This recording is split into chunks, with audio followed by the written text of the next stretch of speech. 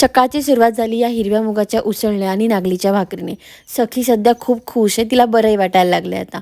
वहिनीची shopping बाकी होती म्हणून मी आणि दादा तिला शॉपिंगला घेऊन गेलो, पण मॅडमला काहीच पसंत पडेना. शेवटी अजून एका ठिकाणी घेऊन गेलो तरीही मॅडमने काहीच घेतलं नाही. दुसऱ्या दिवशी सकाळी सकाळी सखीचा आणि गौरीचा वेळ गेला तिच्या बाबांसोबत. नंतर निखिलही आला आणि आल्या आल्या माझ्या कंप्लेंट करायला लागला पप्पांकडे. नंतर सखीला भेटला. आज नॉनव्हेज करता येणार नव्हतं म्हणून पातोड्याच्या आमटीचा बेत होता. जेवणं झाल्यानंतर मी, पप्पा, गौरी आणि निखिल गेलो गजानन महाराजांच्या दर्शनाला.